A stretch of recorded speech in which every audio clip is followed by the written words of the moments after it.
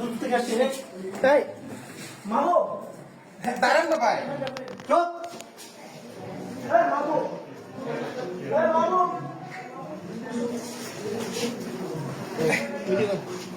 এই কই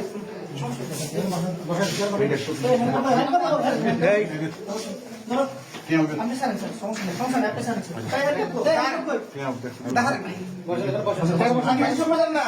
আপনি আমার কথা শুনবেন। আচ্ছা আমি আসছি ভাই, দাঁড়ান না।